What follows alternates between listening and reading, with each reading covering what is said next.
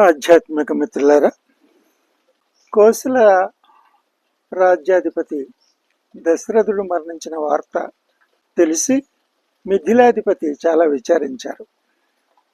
సీతారామ లక్ష్మణులు చిత్రకూటంలో ఉన్నారని, వారిని తీసుకురావడం కోసం భరతుడు వశిష్ఠ మహర్షితో కలిసి వెళ్ళాడని తెలిసి వారు చిత్రకూటం వచ్చి వారిని కలిశారు. వశిష్ఠ మహర్షి అయోధ్య రాకుమారులతో కలిసి వారికి స్వాగతం చెప్పారు. పలహారాలు తీసుకున్న తర్వాత జనక మహారాజు కూడా ఆ ధర్మసభలో పాల్గొన్నారు.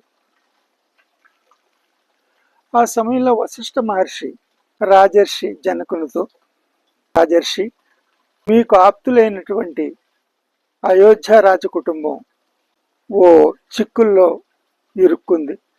దాన్ని ఆప్తులుగా మీరు దానికి సరైన మార్గాన్ని మీరే సూచించాలి అని చెప్పి విషయాన్నంతా వివరిస్తారు. జనక మహర్షి శ్రీరాముడు చెప్పిన దాన్ని, భరతుడు చెప్పిన దాన్ని అంతా వింటారు. రాముడు అంటాడు, నా తండ్రి స్థానంలో ఉన్న మీరే నాకు న్యాయం చేకూర్చాలి అని చెప్పి రాముడు అంటాడు, ధర్మపిత, నాకు అపకీర్తి రాకుండా మీరే నన్ను కాపాడాలి అని చెప్పి భరతుడు అంటాడు.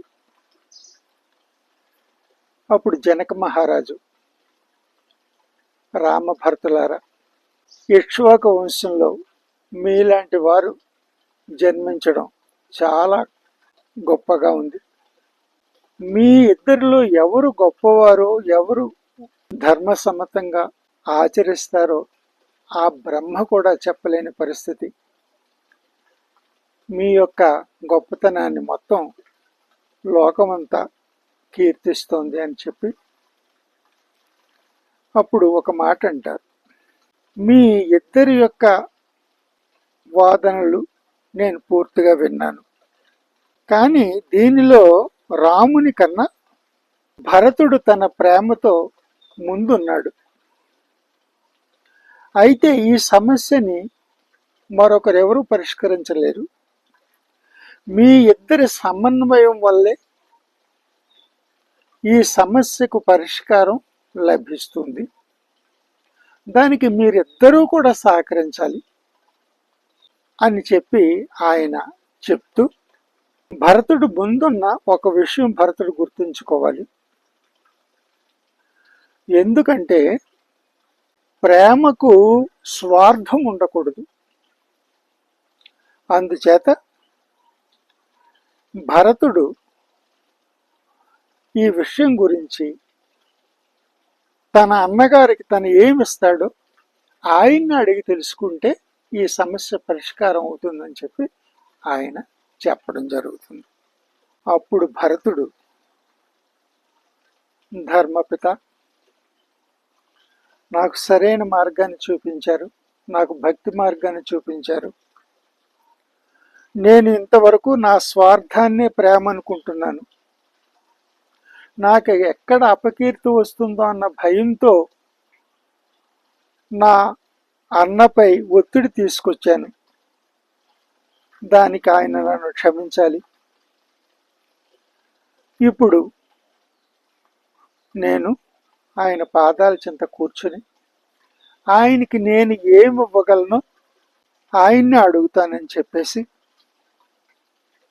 శ్రీరాముని పాదాల చెంత కూర్చుని, అన్నా, నేను నీకు ఎలా సహకారం చేయగలను, నువ్వే ఆజ్ఞాపించు, నువ్వు ఆజ్ఞాపించినట్టే నేను చేస్తాను అని చెప్పి ఆయన కోరడము. భరతుని యొక్క ధర్మ తత్పరతకు రాముడు చలించిపోతాడు. భరత, గెలిచిన వాళ్ళు కింద కూర్చోకూడదు నాయన అని చెప్పి అతన్ని ఆలింగన చేసుకుంటాడు. ఆలింగన చేసుకుని, భరత, నువ్వు ఇస్తానన్న రాజ్యాన్ని నేను తీసుకుంటాను, కానీ నీవు తండ్రి గారి సత్యవాక్కును కోసం పూర్తిగా మన నలుగురు సోదరులు కూడా శ్రమించవలసి ఉంటుంది. రాజ్యాన్ని 14 సంవత్సరాల తర్వాత వచ్చి నేను రాజ్యాన్ని తీసుకుంటాను. దానివల్ల తండ్రి గారి సాత్యవాక్కు పాటించినట్టు అవుతుంది. నీవు కోరినట్టుగా నేను అయోధ్యకు రాజుగా అంగీకరిస్తున్నాను. ఈ 14 సంవత్సరాలు రాజ్యాన్ని, రాజమాతలను, గురువులను నీవు సేవకునిగా సేవించుకుంటూ ఉండాలి అని చెప్పి రాముడు ఎప్పుడైతే చెప్పాడో దానికి భరతుడు అంగీకరిస్తాడు. భరతుడు సంతోషించి, అన్నా, మీరు నాకు అనుకూలంగా చేశారు, మరొక్కటి కోరతాను మిమ్మల్ని, అది కూడా నాకు ప్రసాదించండి అంటాడు. నీవు ఏమడిగినా ఇస్తాను నాయన, కావాలంటే నీకు నా ప్రాణాలైనా ఇస్తాను అని చెప్పి అంటాడు. అప్పుడు భరతుడు శ్రీరాముని యొక్క పాదుకులను ప్రసాదించమని కోరతాడు. అప్పుడు రాముడు పాదుకులను ఇచ్చి వాళ్ళని పంపిస్తాడు. అందరూ శ్రీరాముడే వచ్చి తమతో వస్తున్నంత ఆనందంగా ఆ పాదుకులను తీసుకుని అందరూ కూడా అయోధ్యకు వెడతారు.